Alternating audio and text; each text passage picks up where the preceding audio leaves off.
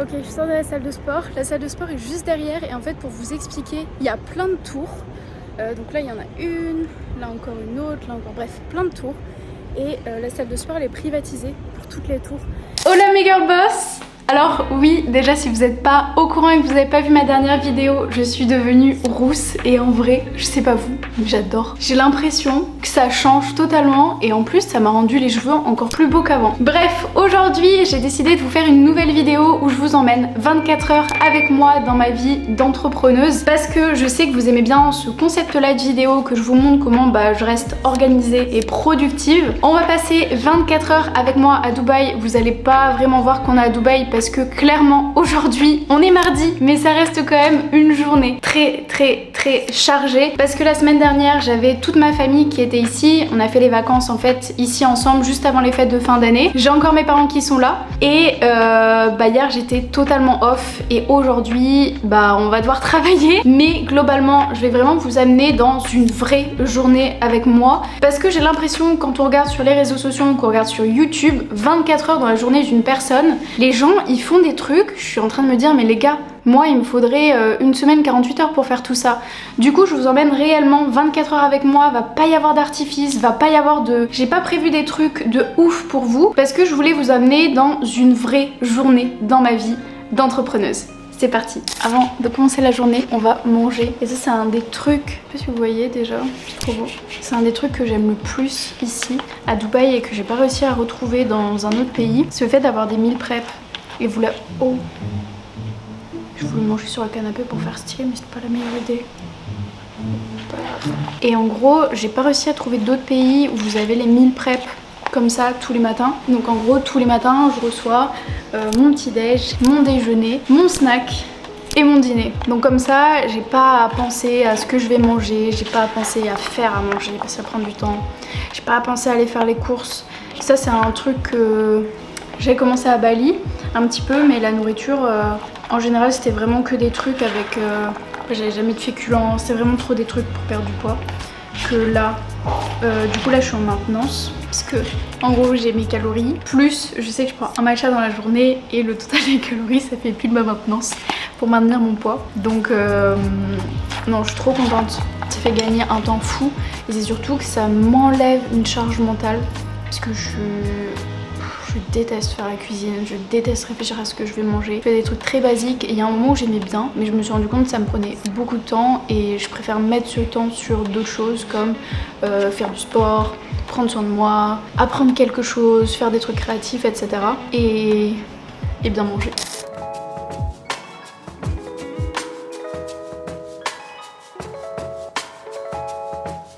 Hop, c'est le matcha en fait mon tips de productivité. On n'a pas le droit de spoiler maman. Alors globalement, voilà comment je reste organisée. J'ai mon planeur que je remplis quasiment quotidiennement. Et ensuite, j'ai du coup Notion que j'utilise beaucoup. Et en gros, là, on a tout le planning des choses à venir. Ça se décompose en mode ce qu'on est en train de faire ici, l'état, qui s'en occupe dans l'équipe, les dates s'il y a des dates butoirs, la priorité et le taux de complétion des... complétion. Globalement on remplit pas trop le reste, on marque vraiment plus là, ça nous permet de travailler en équipe. Sinon j'utilise aussi beaucoup Asana. Et ensuite ce que j'utilise beaucoup c'est le calendrier que je connecte aussi avec Google Agenda. C'est un tips que je vous donne maintenant mais que je suis en train d'appliquer depuis seulement quelques semaines. En fait aujourd'hui j'ai du coup le business principal et on est en train de lancer des nouveaux projets donc j'ai pas mal de choses à gérer. Il y a beaucoup de choses à faire, il y a beaucoup de prestataires. Je pense qu'en tout on a une 50aine de prestataires donc ça fait quand même beaucoup de charge mentale, beaucoup de trucs à gérer. Et en fait j'ai remarqué que je passais mon temps sur mon ordinateur et j'arrivais plus à être créative. Et j'ai rencontré des créateurs de contenu qui m'ont remotivée, qui m'ont redonné l'inspiration. Et d'ailleurs j'en suis très reconnaissante. Et je suis venue au fait de me dire mais on peut pas être créateur de contenu et faire du business. Et on peut pas faire du business et être créateur de contenu. Parce que quand tu fais du business, t'es vraiment dans une énergie très leader, masculine, etc. Et je trouve que quand t'es créateur de contenu, c'est la créativité, faut avoir du temps, faut avoir de l'espace, je sais pas, c'est un peu plus féminin je trouve de faire ça. Et au final d'être tellement à fond dans le business, j'arrivais plus à créer du contenu, j'arrivais plus à mettre la tête dedans, j'étais plus du tout créative, ça me faisait même plus kiffer du tout. Et là, j'ai décidé de me mettre 2 journées dans la semaine totalement off où j'ai plus de call. Parce que ces derniers mois, je passais mes journées derrière mon ordinateur à enchaîner les calls. Enchaîner les calls. Et en fait, ça me vidait tellement d'énergie que je me suis dit, ok, bah 2 jours, pas de call.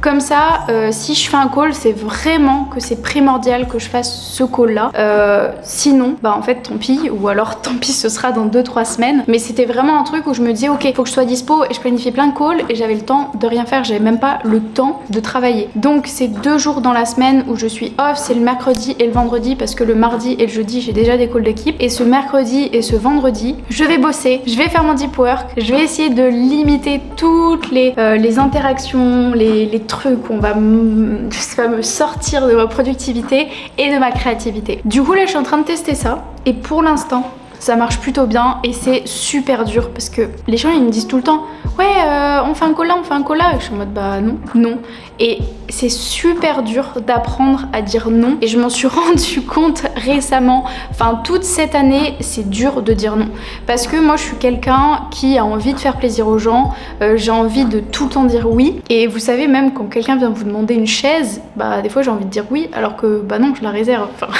je suis tellement gentille que j'ai peur de froisser quelqu'un en disant non et j'ai toujours eu ce truc là, sauf qu'aujourd'hui bah, je me suis rendu compte que en disant non, bah je disais oui à quelque chose à l'intérieur de moi et du coup maintenant je me dis bah ouais je dis non mais au final c'est pas si nul, si péjoratif, si méchant parce que ça ne l'est pas d'ailleurs, mais c'est surtout que bah, je dis oui à moi-même et je pense que ça c'est le plus important.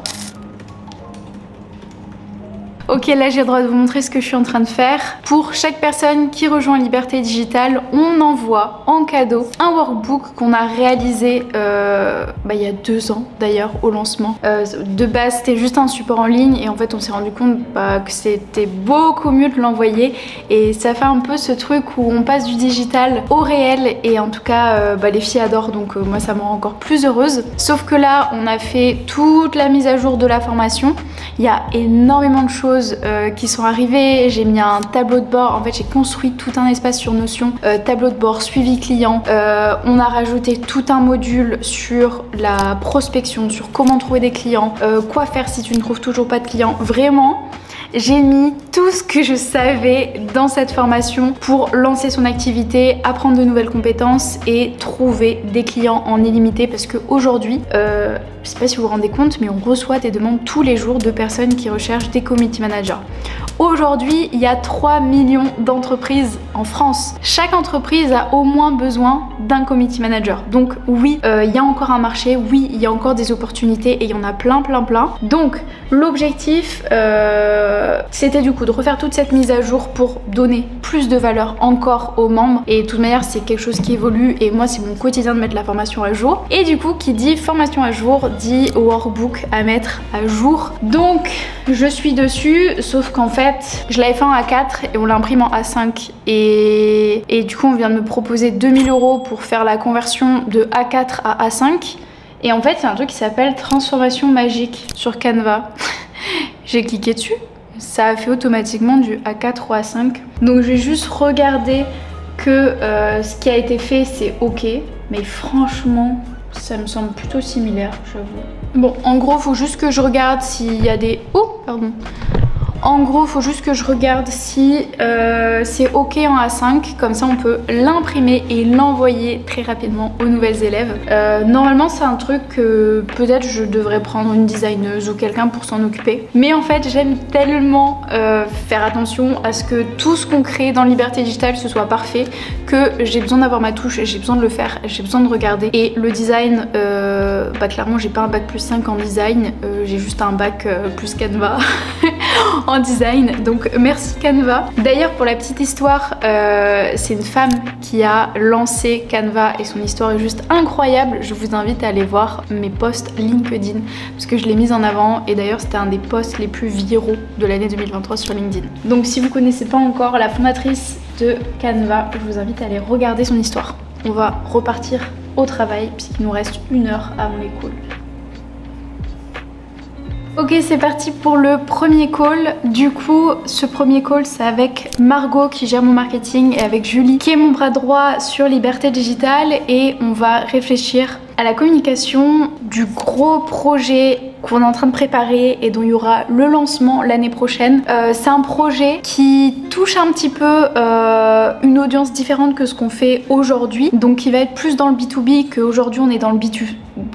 Qu'aujourd'hui on est dans le B2C, et c'est un gros challenge pour nous, c'est un gros projet. De base je m'étais dit ok, on va faire ça, ça viendra tout seul, et je me rends compte de l'ampleur et de à quel point on peut impacter les choses, impacter les gens, impacter aujourd'hui les élèves de Liberté Digitale, donc j'ai envie de faire ça bien. Et même ceux qui me connaissent, je suis très perfectionniste. On va réfléchir à ce lancement là et aussi au premier événement de 2024. Donc en fait on sait pas si on fait un énorme événement ou si on fait un petit événement, mais je crois que j'ai envie de voir les choses en grand, me challenger, et on va en discuter là avec les filles. Oui, c'est ce que j'allais dire, c'est la première fois que vous me voyez avec cette couleur de cheveux. Il m'a fallu un temps d'adaptation avec les stories. Ouais. Même moi, tu sais que des fois ma tête, j'aime pas. Genre je suis en mode wow. Mais en fait je pense comme j'ai une peau déjà un peu rousse avec genre des... Enfin tu sais, j'ai plein de grains de beauté, enfin j'ai des petites taches de rousseur et tout.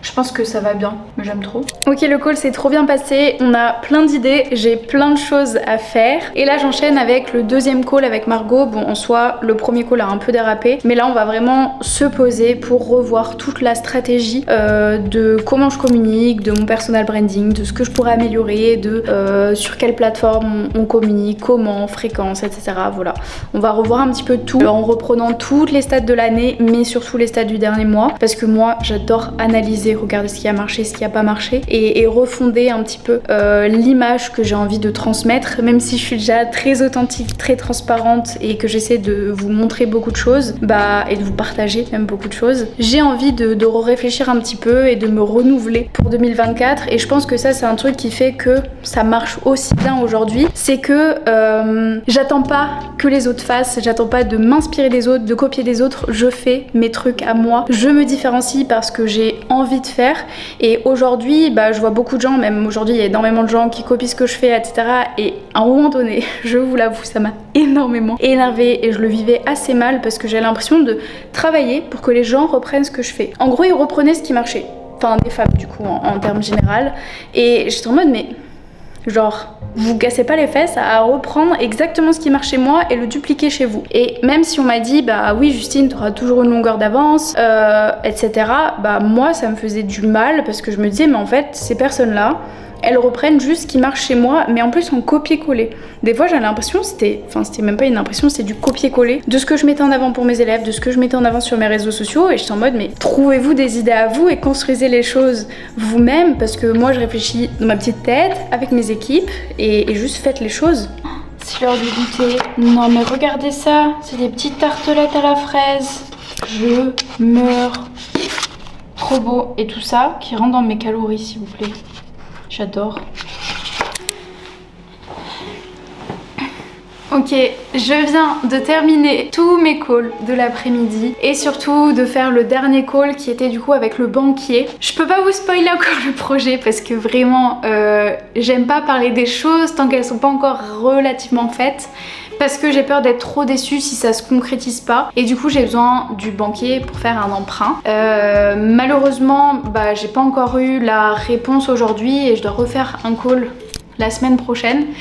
Mais ce que j'avais envie de vous dire par rapport à ça, c'est que vraiment il y a plein de choses qui sont possibles aujourd'hui. Je pense que je vous ferai une vidéo réellement dédiée à l'immobilier. Je peux pas vous spoiler encore le projet parce que vraiment parce qu'il y a plus d'un an j'ai acheté mon premier bien en immobilier alors que j'étais freelance, que je pensais pas que ce serait possible, que je croyais pas en moi, que j'avais pas beaucoup d'argent pour le faire. Bon, du coup après ce blabla, je vais retourner travailler, il me reste des petits trucs à faire et ensuite me préparer. Et avec mes parents ce soir on va dans un restaurant que j'ai jamais fait, mais c'est un des endroits les plus les plus jolis ici à Dubaï, donc j'ai trop hâte de le ramener là-bas. Surtout que ma maman m'a dit oui je veux faire des petites pirogues un petit peu comme à Venise, nanana. Je lui ai dit tu peux pas le faire comme ça, faut payer, faut aller quelque part dans l'hôtel. Et en fait je crois que quand on a la réservation au restaurant, on va dans le petit bateau. Du coup j'ai trop hâte de les amener, j'espère qu'ils auront apprécié leur séjour ici. Mais ouais, on repart charbonner et on a le sunset. Et il faut savoir que je prends toujours le temps de regarder le sunset, alors vous allez le regarder avec moi. Je vais vous dire, elle est trop bizarre à regarder le sunset, mais je trouve que les couchers de soleil, c'est les trucs les plus beaux que la nature a à nous offrir. Et en plus là, alors j'ai un appart avec une vue de fou malade et je trouve que ça me calme. En fait je suis tellement toute la journée à mettre tellement d'énergie dans tout ce que je fais, aller à droite à gauche, faire plein de trucs, gérer plein de choses. Je fais mes appels, je réponds à des messages en même temps, je gère des tâches, etc. Je suis tellement multitâche sur tout ce que je fais, j'essaie de faire les choses tellement rapidement pour tout que en fait, juste le fait de là me poser, regarder le coucher du soleil, bah je trouve que ça me détend de ouf. Bien.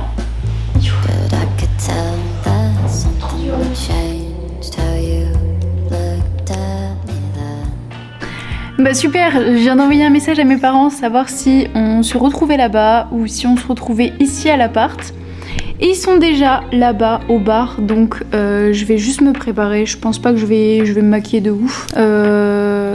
Moi j'ai la flemme. Je vais juste mettre un haut court parce que je crois que dehors il fait chaud. Et je vais les rejoindre, ils sont dans un bar. Et en fait vraiment, je pense que c'est un resort ou c'est un hôtel ou je pense pas que c'est un palace. Mais le lieu est dinguissime. Je vais très rarement dans des lieux luxueux parce que je me sens pas à ma place. Mais d'un autre côté, je trouve ça tellement inspirant de juste voir le mood. Genre il y a une atmosphère où les gens, enfin vous allez rigoler, mais je trouve les gens ils ont des habits genre fluides. Moi j'ai des habits froissés. J'ai beau les repasser, c'est refroissé parce qu'ils ont une qualité meilleure que moi. Ils sont plus sereins, ils sont plus calmes, ils ont plus de temps, ils sont moins stressés, ils sont très souriants. Ils ont ce truc très posé et j'adore. J'ai envie d'évoluer et devenir une femme comme ça, aller dans des petits cafés et tout. Donc moi ça m'inspire et ça me donne encore plus envie de travailler et de charbonner dur pour me construire la vie que j'ai envie d'avoir. Trêve de bavardage, je vais m'habiller, me préparer et on y va.